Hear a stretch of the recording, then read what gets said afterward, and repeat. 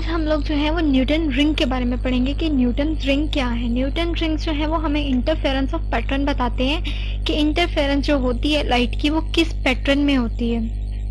चलिए स्टार्ट करते हैं न्यूटन रिंग को बनाना कि न्यूटन रिंग्स किस तरह से बनाए जाते हैं। आज हम खुद कंस्ट्रक्ट करते हैं कि इसका जो ऑपरेटर्स है वो किस तरह से कंस्ट्रक्ट किया जाता है। लेट्स से कि ये हमारे पास एक सोर्स है जिससे लाइट प्रोड्यूस हो रही है, और हमें एक और बात ध्यान में रखनी चाहिए कि जो हमारा सोर्स है वो मोनोक्रोमेटिक है। हमें मालूम है कि मोनोक्रोमेटिक एक ऐसा सोर्स होता है जिससे सारी की सारी लाइट वेव्स एक ही वेवलेंथ की प्रोड्यूस होती हैं। अब दूसरा काम हमें ये करना है कि हम इस लाइट के आगे एक कन्वेक्स लेंस रख देते हैं। लेट्स से कि ये हमारा कन्वेक्स लेंस है।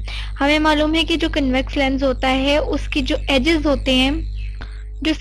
होते हैं वो शार्प होते हैं और दरमियान से वो थोड़ा सा थिक होता है। जैसे कि ये इसके एजेस थोड़े से शार्प से मजीद थोड़ा सा सही करके बना लेना चाहिए ताकि हमें मालूम चले कि ये वाकई हमारा कन्वेक्स लेंस है।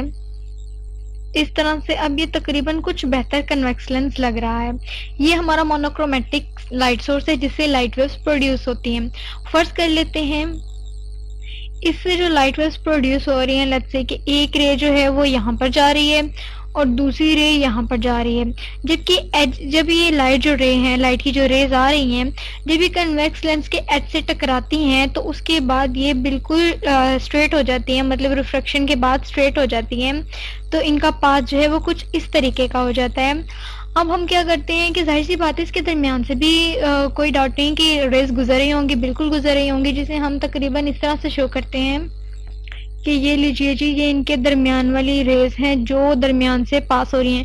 क्योंकि दरमियान से वो डायरेक्टली ही सीधा ही पास हो जाएंगी और एजेस से उन्हें थोड़ा सा बेंड करके अपना रास्ता थोड़ा सा मुख्तलिफ करके जाना पड़ता है, चूंकि रिफ्लेक्शन करनी पड़ती है। दैट्स वाई उनका जो पाथ है थोड़ा सा इस तरह से हो जाता है कि पहले वो टिल्ड थी और अब रिफ्लेक्शन के बाद बिल्कुल स्ट्रेट जो है वो रेज आ गई हैं लाइट की। अब हम क्या करते हैं कि अब हम एक पार्शली रिफ्लेक्टिंग ग्लास शीट यहाँ पर रख देते हैं। ऐसे इस तरह से ये पार्शली रिफ्लेक्टेड ग्लास शीट यहाँ पर रख देते हैं। इस ग्लास शीट को यहाँ पर रखने का फायदा ये है कि इससे जो हमारी रेज हैं वो रिफ्लेक्ट होती हैं। इसको टकराने से कुछ तो पार्शली तौर पे रिफ्लेक्ट हो जाती हैं और कुछ एब्जॉर्ब हो जाती हैं। इसी वजह से हम इसे कहते हैं कि ये पार्शली रिफ्लेक्टेड ग्लास शीट है। अब हम लोग क्या करते हैं कि हमें यहाँ पर एक प्लेनो कन्वेक्स लेंस रखना पड़ता है जो कि तकरीबन इस शेप का होता है। लेट्स से कि ये इस तरह का कर्व होता है। ये हमारा प्लेनो कन्वेक्स लेंस है और इस प्लेनो कन्वेक्स लेंस को हमें एक जो है वो प्लेन स्लैब पे रख देना पड़ता है। जाहिर सी बात है थोड़ा सा नीचे से कर्व शेप का है तो ये कहीं गिर ना जाए, इस वजह से हम यहाँ पर जो है वो एक ग्लास स्लैब भी रख देते हैं ताकि इसे थोड़ा सा सहारा मिल सके। अब हमारा असल काम शुरू होने जा रहा है कि आखिर हम काम क्या करना चाह रहे हैं। अब होता ये है कि जब हमारी लाइट वेव्स जो हैं रेज हैं लाइट की, वो जब इस पार्शली रिफ्लेक्टेड ग्लास शीट से टकराती हैं, ग्लास प्लेट से टकराती हैं, तो वो इस तरह से रिफ्लेक्ट होती हैं। इस तरीके से ये रिफ्लेक्ट हो रही हैं। इस तरह से ये इस तरह से रेज जब इसे टकराती है तो कुछ रेज तो यहाँ से, ये थोड़ा सा जो फासला है ना जहाँ पे एयर गैप होता है, कुछ यहाँ से टकराने के बाद सीधा ऊपर जाती हैं और इस तरीके से, यानी कि कुछ एयर में से गुजरने के बाद ऊपर आती हैं। इस तरीके से यूं ये कुछ यहाँ से ये रिफ्लेक्ट बैक हो जाती हैं और कुछ एयर के अंदर से गुजर कर ऊपर तक आती हैं। आई होप सो आप मेरा पॉइंट समझ रहे होंगे। मैं ये कहना चाह रही हूँ कि जब ये हमारी लाइट वेव जो है वो हमारे पार्शली रिफ्लेक्टेड ग्लास शीट से टकराती है तो कुछ तो यहाँ पर आएंगी, लेकिन यहाँ पर नीचे एयर गैप है। चूंकि हमारा प्लेनो कन्वेक्स लेंस की जो शेप है वो कर्व लाइट है, तो जो यहाँ पर एयर गैप होता है उसमें से भी हमारी जो लाइट वेव्स है उन्हें गुजरना पड़ता है। लाइट की जो रे है उसे एयर में से भी पास होकर दोबारा वापस आना पड़ता है। तो कुछ तो यहाँ से गुजरकर एयर में से दोबारा रिफ्लेक्ट होती है और कुछ वहीं से टकरा कर रिफ्लेक्ट हो जाती हैं। तो इस तरह से हमारे पास दो रिफ्लेक्टेड रेज आ जाती हैं। एक जो रे है उसके प्लेनो कन्वेक्स लेंस से टकराने से हमारे पास दो रेज वापस आ जाती हैं। एक वो जो प्लेनो कन्वेक्स से रिफ्लेक्ट होती है और दूसरी वो जो एयर में से भी पास होकर ऊपर आती है। सिमिलरली दूसरा केस यहाँ पर भी होगा कि जब ये रे 2 इस प्लेनो कन्वेक्स से टकराती है तो इस तरह से ये इससे टकराएगी और ऊपर बैक हो जाएगी। इस तरह से ये रिफ्लेक्टेड बैक हो जाती है ऊपर की तरफ और सिमिलरली इसमें से भी कुछ रेज हैं जो यहाँ से ईयर में से पास होकर देन ऊपर रिफ्लेक्ट होती हैं, यानी कि उन्हें ईयर में से भी पास आउट होना पड़ता है। तो इस तरह से हमारे पास तकरीबन टोटल 4 वेव्स आ जाती हैं, 4 वेव्स नहीं बल्कि 4 रिफ्लेक्टेड रेज आ जाती हैं 2 रेज के टकराने से। और यहाँ पर हमारे पास एक ऊपर जो है वो एक माइक्रोस्कोप होता है जिसे हम न्यूटन माइक्रोस्कोप कहते हैं। वो इस तरह से उसकी शेप होती है। ये हमारे पास न्यूटन माइक्रोस्कोप है।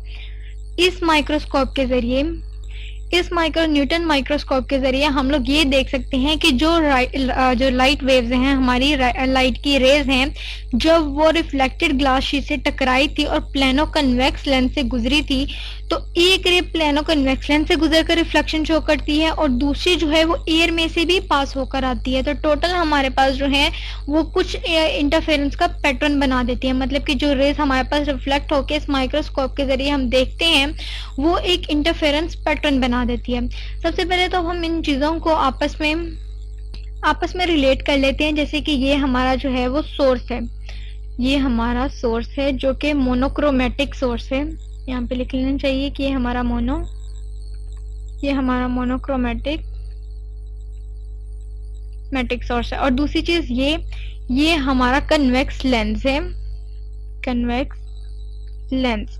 और ये जो चीज है ये हमारा न्यूटन माइक्रोस्कोप है, न्यूटन्स माइक्रोस्कोप।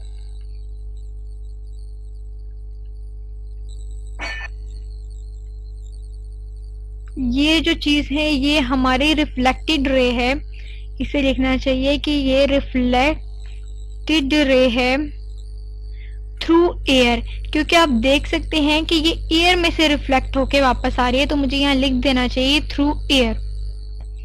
और ये जो दूसरी रे है इसे मुझे यूं लिखना चाहिए कि ये हमारी रिफ्लेक्टेड रे है through plano convex lens, through plano convex lens. ये हमारी प्लेनो कन्वेक्स लेंस से जो है वो रिफ्लेक्टेड रे हो गई। और ये चीज जो है हमारी ये हमारी प्लेन स्लैब है जिसके ऊपर हमारा प्लेनो कन्वेक्स लेंस जो है वो रुका हुआ ठहरा हुआ, उसे सहारा मिलता है। और ये हमारी रेस है। और ये चीज हमारा पूरा का पूरा ये कंप्लीट ऑपरेटस जो है इसे हम लोग कहते हैं कि न्यूटन रिंग है, इसे हम लोग कहते हैं न्यूटन रिंग है। अब न्यूटन रिंग्स जो है वो हमें इंटरफेरेंस पैटर्न बनाता है। होप सो आपको ये सारा का सारा अपरेटस समझ आ गया होगा कि हम किस तरह से इस अपरेटस को जो है वो सेट करते हैं और इस अपरेटस के अंदर क्या क्या चीजें हमें रिक्वायर्ड होती हैं। अब इसका थोड़ा सा काम देख लेते हैं कि जो न्यूटन रिंग से जो हमारे पास इंटरफेरेंस ऑफ पैटर्न आता है वो हमेशा इस तरह से आता है कि हमारे पास सेंटर में हमेशा एक डार्क स्पॉट आता है। जैसे कि ये हमारे पास एक डार्क स्पॉट आ गया, उसके बाद मजीद एक इस डार्क सर्कल के बाद हमारे पास मजीद एक सर्कुलर लाइन आती है, इसके बाद मजीद एक और लाइन आ जाती है, वो भी सर्कल की शेप में आएगी। सब लाइन जो है वो सर्कल की शेप में ही हमारे पास ऑब्टेन होती है, यानी कि इंटरफेरेंस पैटर्न हमारे पास है सर्कल की फॉर्म में आता चला जाता है। इसके बाद ये लीजिए कि हमारे पास एक और इंटरफेरेंस पैटर्न आ गया, मतलब कि एक और हमारे पास सर्कुलर शेप का एक और हमारे पास एक सर्कल आ गया। होता क्या है कि न्यूटन रिंग में जो इंटरफेरेंस ऑफ पैटर्न आता है उसमें हमारे पास सेंटर में हमेशा एक डार्क स्पॉट ही बनता है, ये डार्क स्पॉट है। और ये जो डार्क स्पॉट है, यहाँ पर डार्क स्पॉट करना चाहिए, ये डार्क स्पॉट हमें ये बताता है कि न्यूटन रिंग हमें ये बताने में मदद करता है कि जो इंटरफेरेंस ऑफ पैटर्न हमें न्यूटन रिंग से हासिल होता है वो ये बताता है कि जब भी लाइट की इंटरफेरेंस होती है और न्यूटन रिंग्स के जरिए हम उसे देखें तो दरमियान पर हमेशा ही बल्कि हमें दरमियान पर एक डार्क स्पॉट मिलेगा जो कि ये शो करता है कि यहाँ पर डिस्ट्रक्टिव इंटरफेरेंस हुई है। ये डिस्ट्रक्टिव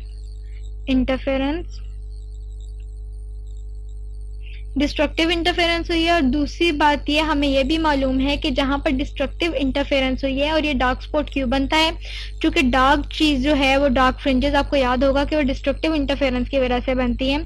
सिमिलरली यहाँ पे डार्क स्पॉट बना है चूंकि यहाँ पे सारे के सारे इंटरफेरेंस पैटर्न जो है वो सर्कुलर शेप में आए हैं, तो इसका मतलब है ये जो डार्क फ्रिंज है, ये जो हमारे पास एक स्पॉट आया है डार्क, ये भी डिस्ट्रक्टिव इंटरफेरेंस की वजह से ही आया। और डिस्ट्रक्टिव इंटरफेरेंस जो है वो उस वक्त होती है जब रेज आपस में इस तरह से इंटरफेरेंस करें कि वो एक दूसरे के इफेक्ट को जो है वो निगलेक्ट कर दें या नलीफाई कर दें, बिल्कुल ही ज़ीरो कर दें।